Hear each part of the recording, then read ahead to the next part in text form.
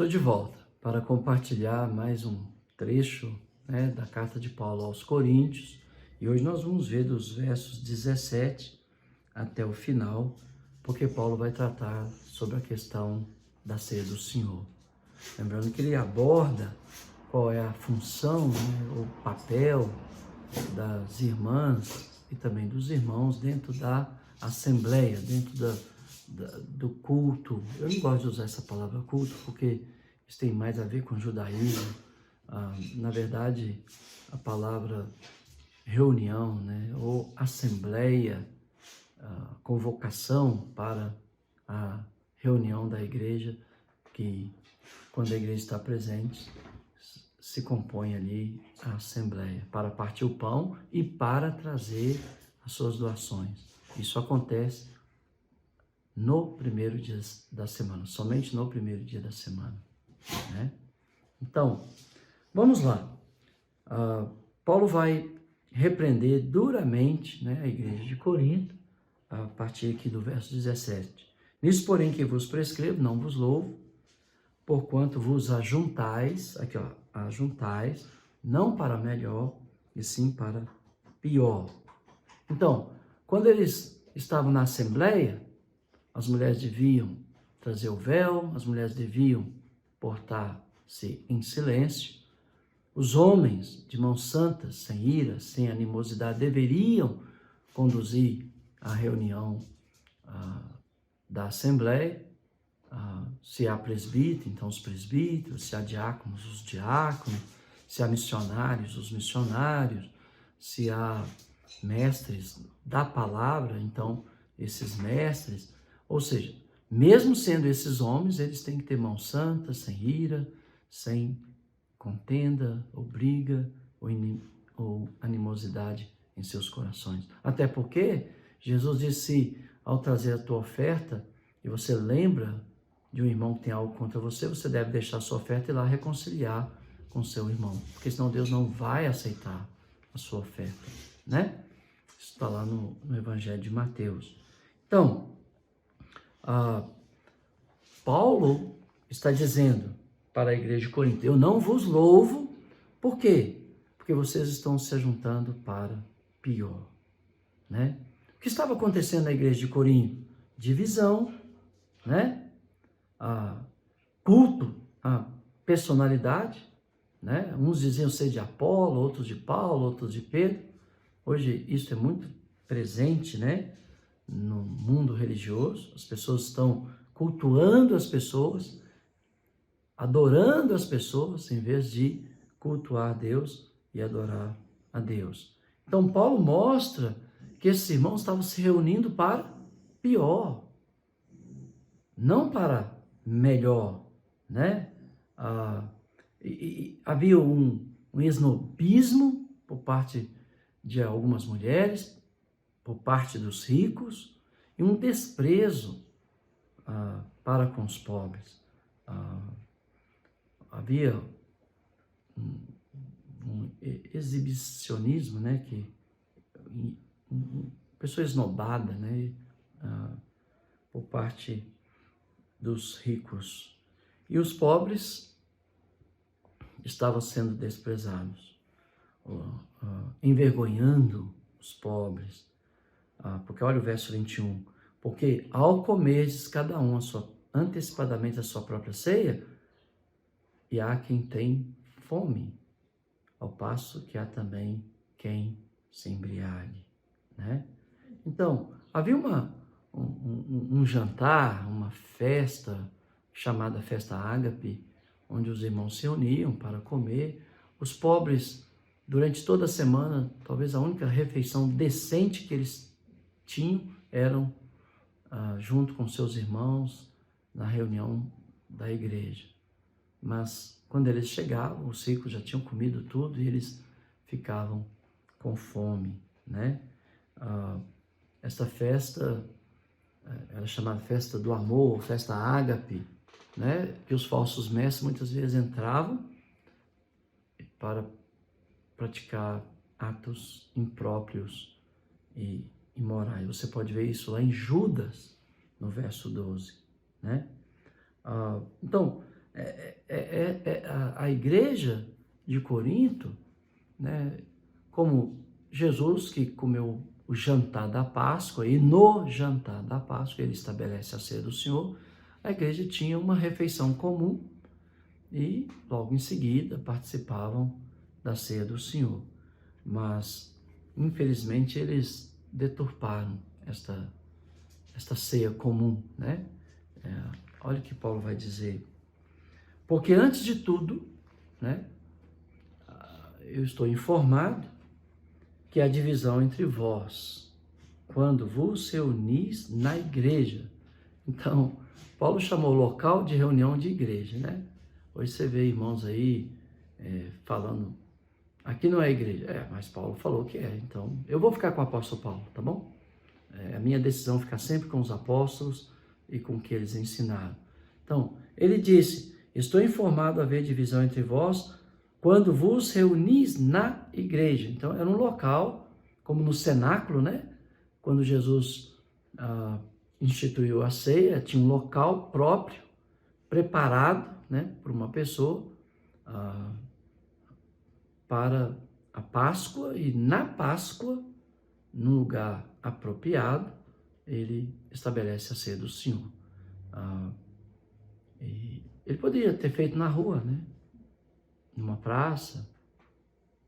Não, mas ele escolheu um local apropriado para comer a Páscoa, e na Páscoa ele estabelece a ceia.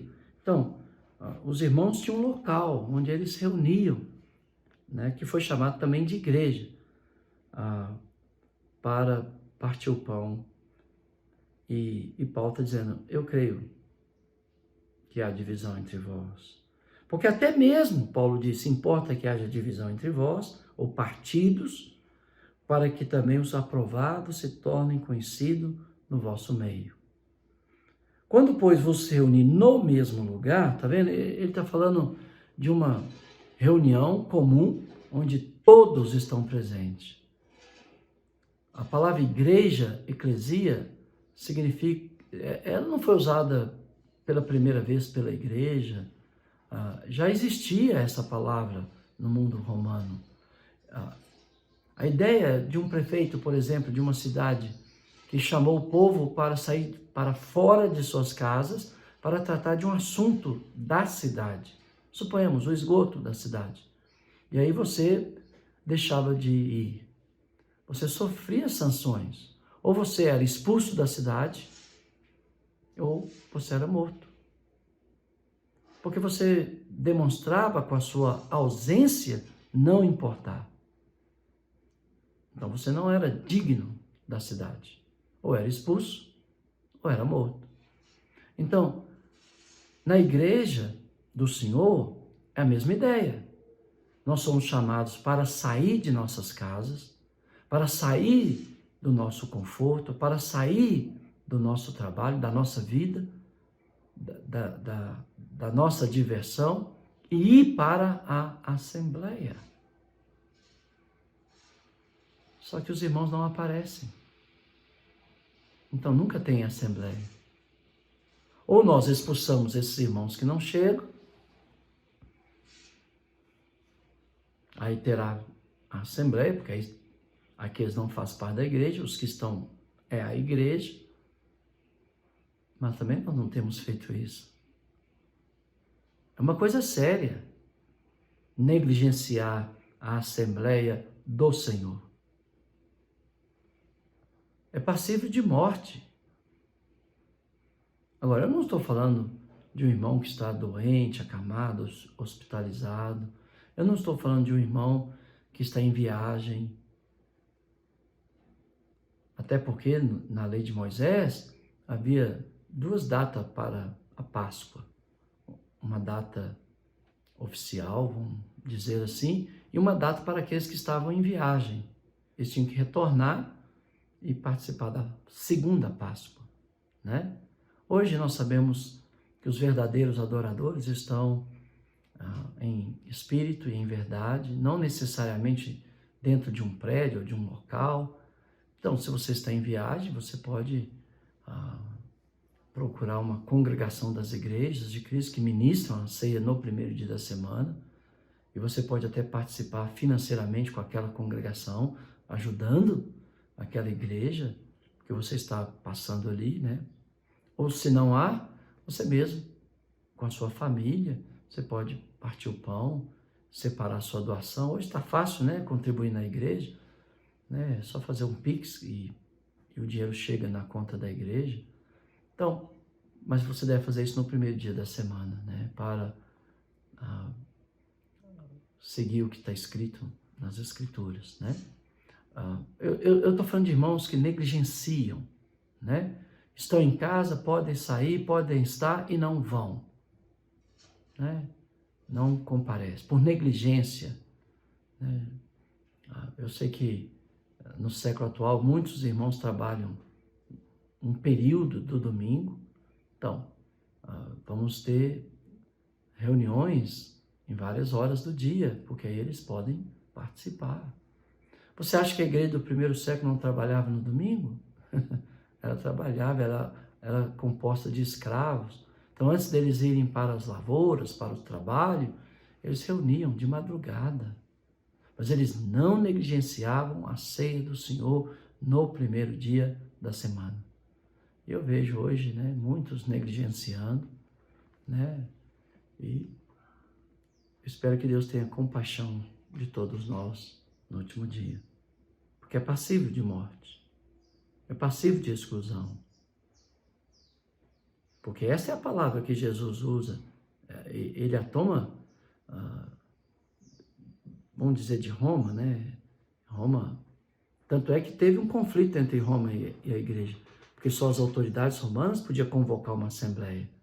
E os escravos agora está convocando uma assembleia. Então houve conflito por causa disso. Mas os escravos, ao convocar uma assembleia, não era para cuidar das coisas da cidade, das pessoas, era para cuidar dos negócios do Senhor, das coisas do Senhor. Por isso a assembleia é todos no mesmo lugar para cuidar dos interesses do Senhor, não da cidade, não da política, mas das coisas do Senhor, né? Aí Paulo continua dizendo, porque ao comerdes, cada um toma antecipadamente a sua própria ceia, tá vendo? Provavelmente os ricos que tinham condições de levar refeições, né, para a reunião da igreja, eles estavam adiantando, comendo, e há quem tenha fome. Então, os pobres, quando chegavam, não tinham mais o que comer, ao passo que há também quem se embriague, né? Então, havia negligência aos pobres, havia divisão, havia embriaguez. Aí Paulo então pergunta, porventura não tendes casas onde comer e beber? Ou menosprezais a igreja de Deus? Então, eles não eram a igreja, mas eles estavam menosprezando a igreja. Quando eles desprezavam os pobres, eles estavam desprezando a igreja, né? Então, e envergonhais o que nada tem. Então, eles estavam reunindo para melhor? Não, para pior. Por quê? Havia divisões, havia egoísmo, porque alguns estavam comendo a ceia antes. A ceia que não é a ceia do Senhor, era a refeição comum, o jantar, né? Só para você ter um paralelo, o jantar da Páscoa. Havia um cerimonial, mas chegava um momento, havia o jantar da Páscoa. E no jantar da Páscoa, Jesus estabeleceu a ceia do Senhor, né? Que nós devemos participar todo o primeiro dia da semana. Mas além disso, eles estavam menosprezando os que nada tinham, deixando com fome as pessoas, menosprezando a igreja, envergonhando os que nada têm. Como pode ser a ceia do Senhor? Não pode. A ceia do Senhor não é nada disso, né? Apesar deles estarem com ritual, com pão sem fermento, com vinho, né? Dando graças pelo pão sem fermento, dando graças pelo vinho, o suco da videira, o fruto da videira, né?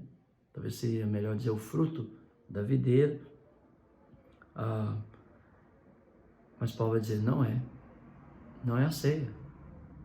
Paulo disse, não é a ceia do Senhor que comais, no verso 20. Não é.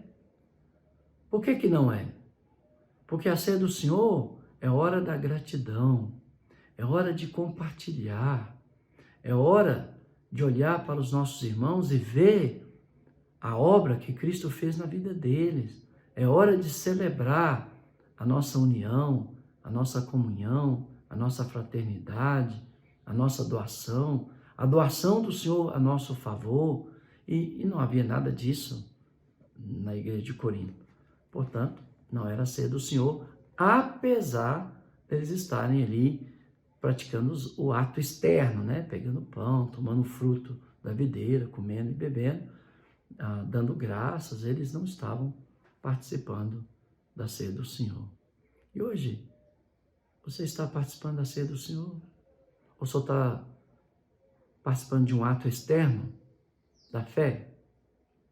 Você tem comunhão com seus irmãos? Você divide? Você compartilha? Você está unido? Ou você está divorciado dos seus irmãos e mesmo assim comendo pão, bebendo cálice? Não é a ceia do Senhor, não. E não é mesmo.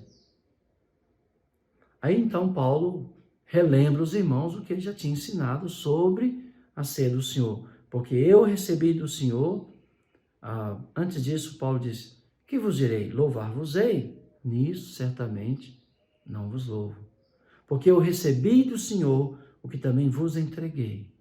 Então, Jesus ensinou o apóstolo Paulo com respeito à ceia, como ele já tinha ensinado os outros apóstolos, porque Paulo foi nascido fora do tempo, né?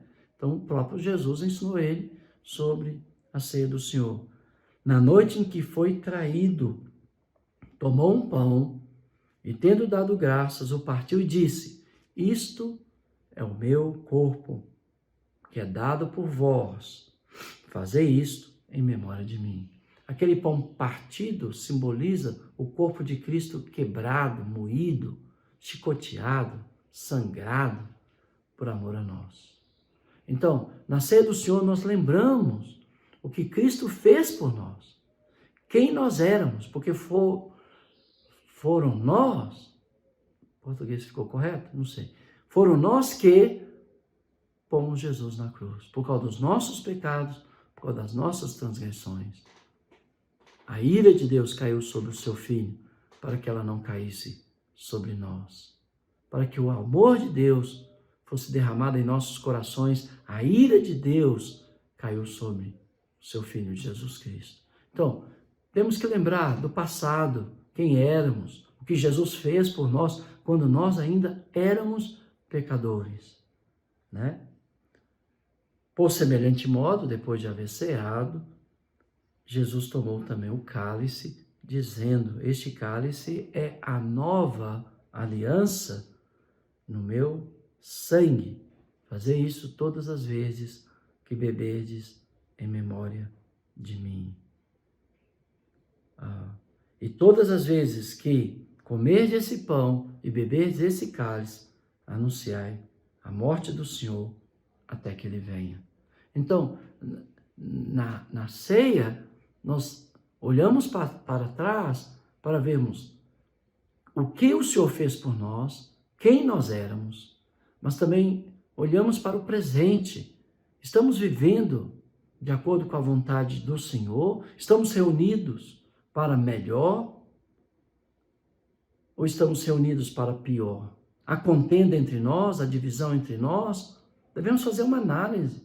Estamos desprezando os pobres, estamos exaltando os ricos, estamos cultuando pessoas, estamos menosprezando aqueles que nada têm, estamos seduzidos ou embriagados, talvez não com vinho, como era o caso dos irmãos em Corinto, mas estamos embriagados pelas coisas deste mundo, seduzidos, enfeitiçados pelas coisas desta vida, preocupados com as coisas deste mundo, não permitindo que a palavra de Deus faça o efeito nas nossas vidas. temos que olhar para o presente e olhar com sinceridade e revelar ao nosso Deus o nosso coração. Mas também olhamos para o futuro, até que Ele venha. Então, nós podemos ser esperançosos, porque Jesus vai voltar. E não importa a tempestade que você esteja vivendo, ou eu, nós temos esperança. Jesus está conosco, nós temos uns aos outros. Deus já tem nos dado muitos recursos que nós podemos lançar mão para superar aquela tempestade, aquela dificuldade, aquele problema. Nós temos a experiência de irmãos que são mais velhos, mais experientes, mais sábios, mais entendidos, mais inteligentes do que nós. E eles podem nos ajudar. Por que os apóstolos desesperaram na tempestade? Porque eles esqueceram da promessa que Jesus tinha feito a ele. Passemos para o outro lado do lago. Esqueceram que Jesus estava no barco. E aquela não era a hora de Jesus morrer. Tinha um tempo determinado por Deus. Um dia específico, uma hora específica. Quando esse dia estava chegando, Jesus disse, está chegando a minha hora. Então, eles esqueceram da promessa, esqueceram da presença. Eles tinham um barco. Seria pior se o barco tivesse despedaçado e eles estariam na água. Não, eles tinham um barco. Nós temos tantos recursos. Eles tinham uns aos outros. Mateus, que era cobrador de impostos, podia aproveitar da experiência de Pedro, que era pescador. Quantas vezes Pedro passou por aquilo? Muitas, muitas vezes. E hoje, por que ao desespero? Porque nós esquecemos das promessas de Deus, nós esquecemos que Jesus está conosco. Jesus está conosco na morte, na vida, no presente. Jesus está conosco nas perdas, nas dificuldades, nas alegrias. Jesus está conosco. Jesus responde às nossas orações. Nós temos tantos recursos que nós podemos lançar mão para superar qualquer dificuldade, qualquer necessidade. E nós temos uns aos outros, em que nós podemos aproveitar das experiências uns dos outros para nos ajudar a superar as dificuldades. Mas às vezes nós esquecemos como os discípulos e tomamos de preocupação e ansiedade, como se Deus não cuidasse de nós. E blasfemamos. Tentamos o Senhor, provamos o Senhor, desprezamos os dons que Deus nos deu.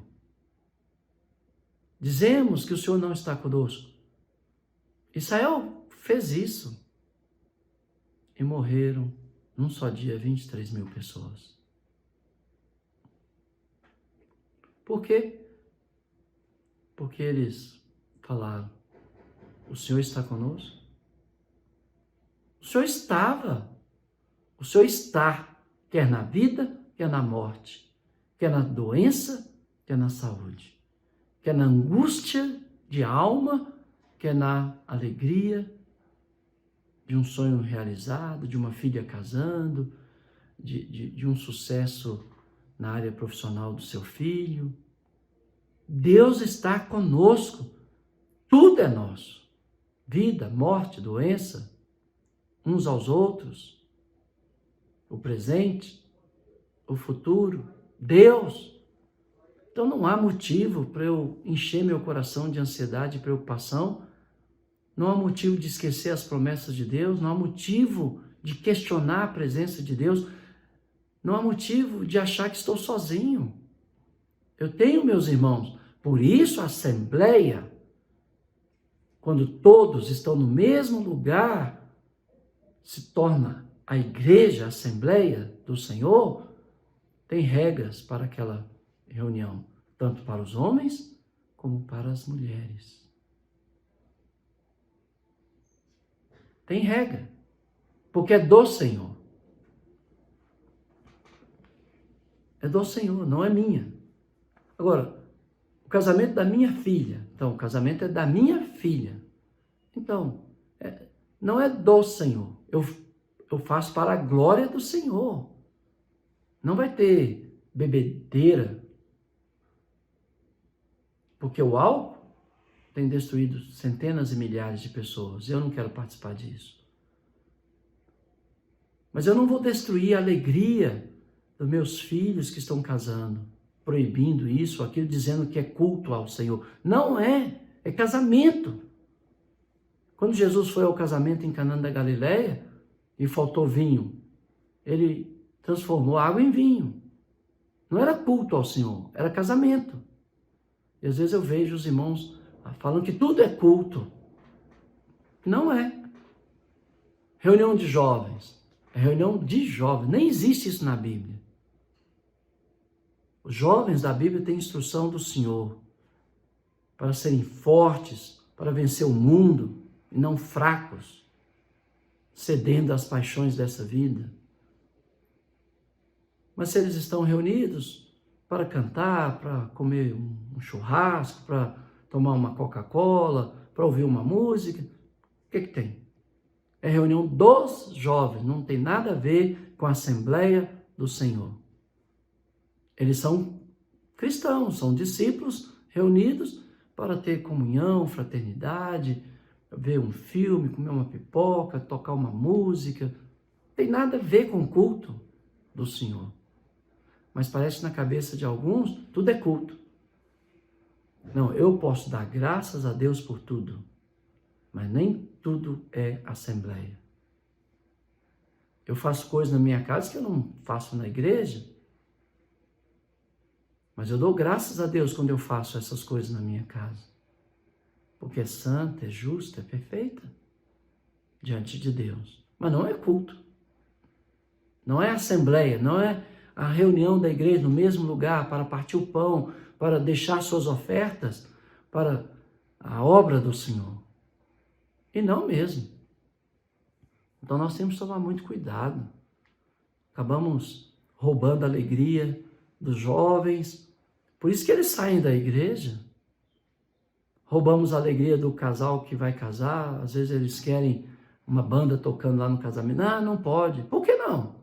É casamento deles, não é culto ao Senhor.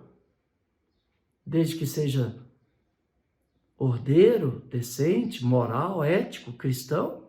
Qual é o problema?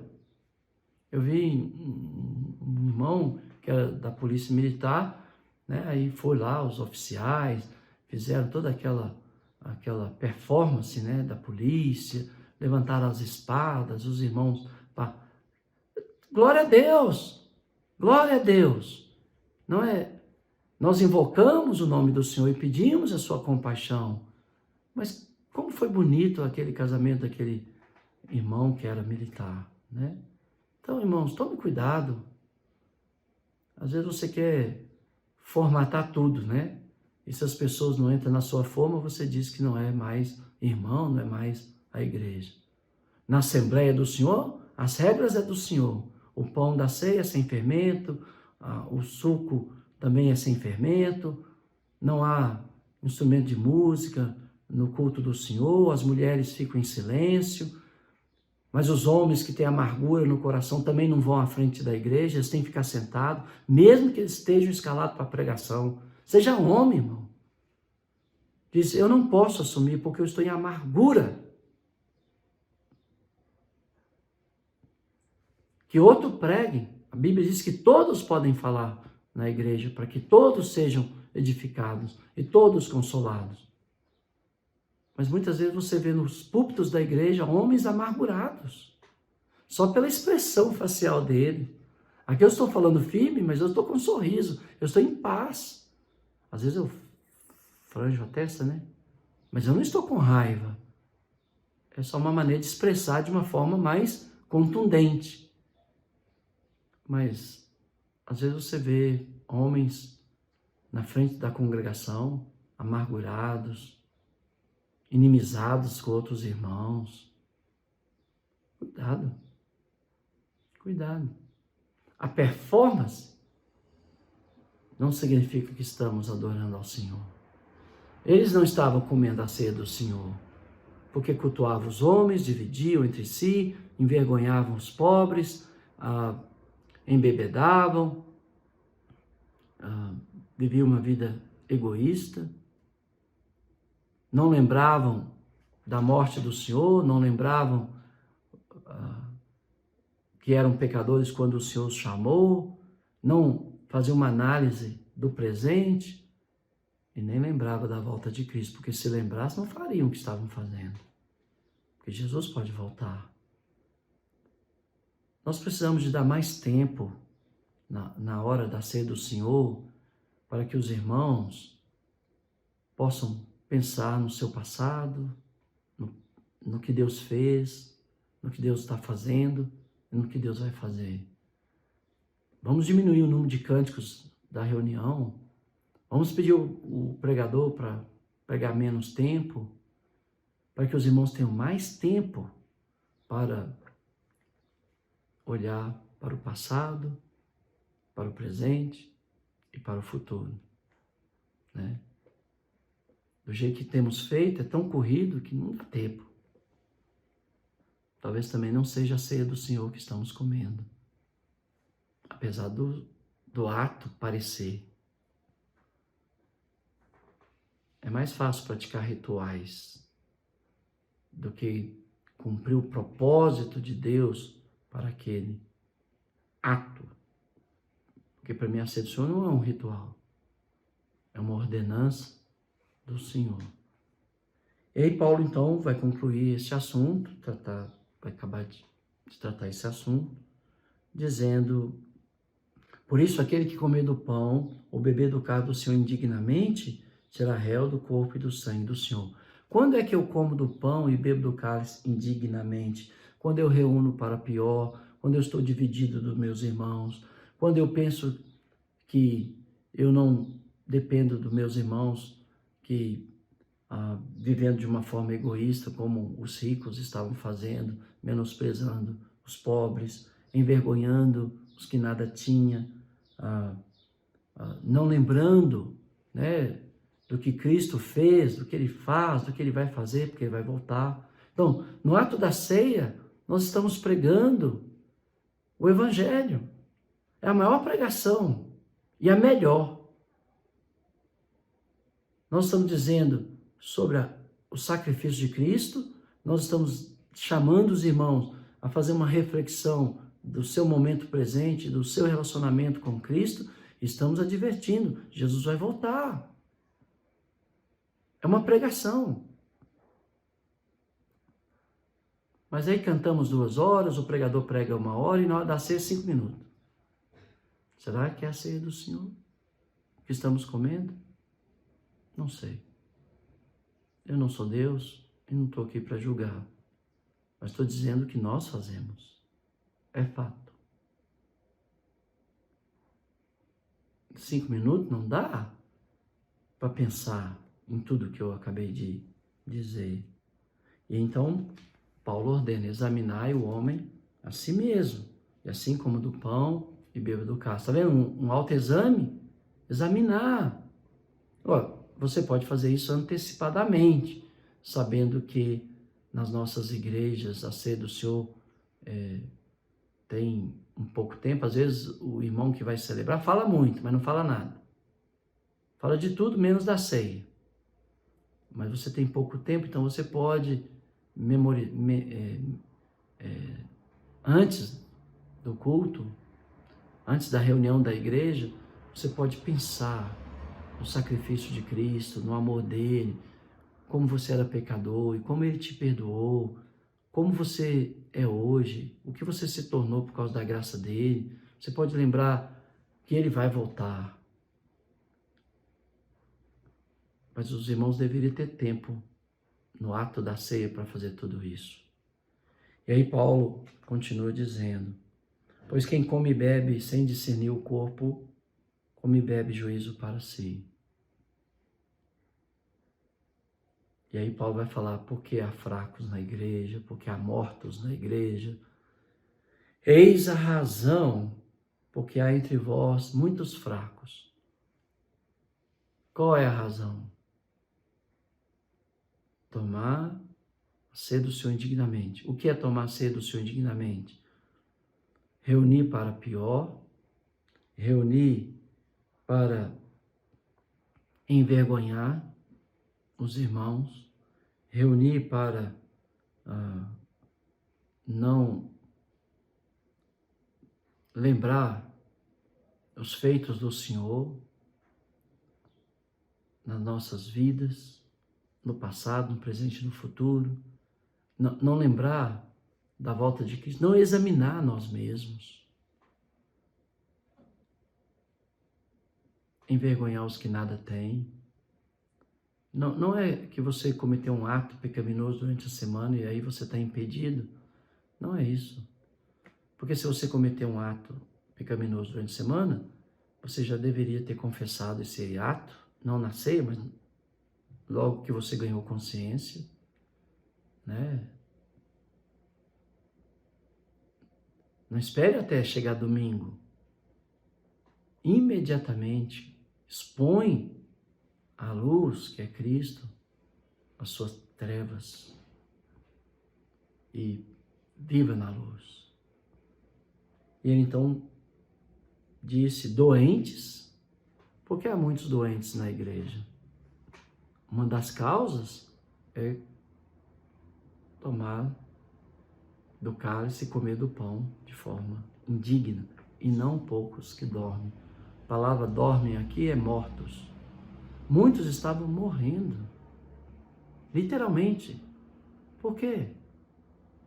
Porque estava tomando a ceia do Senhor indignamente, menosprezando os irmãos, não fazendo caso da ceia do Senhor, não trazendo à memória os atos poderosos de Deus para a nossa redenção, os atos poderosos de Deus no presente momento nas nossas vidas, não lembrando da volta de Cristo, reunindo para contenda e brigas, e não para a comunhão, a gratidão, o amor.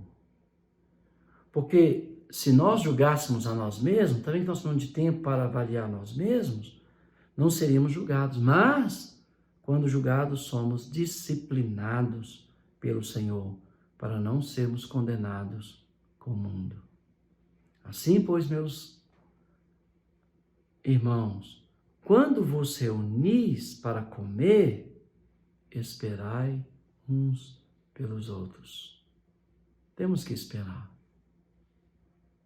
Tem irmãos que têm carro, chega rápido. Tem irmãos que vêm de ônibus e muitas vezes o ônibus dá tanta volta que os irmãos acabam saindo cedo de casa e chegando tarde na comunhão da igreja.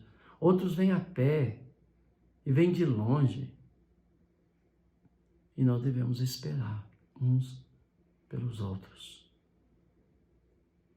E aí, se alguém tem fome, não aguenta, então faça uma refeição em casa, coma em casa, a fim de não vos reunirdes para juízo. Porque a igreja de Corinto estava reunindo para juízo.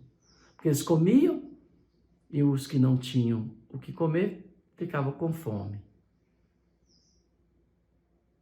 E aí, eles estavam comendo juízo, enfraquecendo, adoecendo e morrendo. Quanto às demais coisas, eu ordenarei quando for ter convosco. Paulo queria, visitar a igreja de Corinto, então ele ia trazer instruções bem pontuais para os irmãos da cidade de Corinto. Espero poder ter ampliado a sua visão. Eu não estou aqui para te ensinar, eu não sou mestre da igreja. O mestre da igreja é Cristo. Os profetas antigos diziam que na era do Messias, ele mesmo nos ensinaria.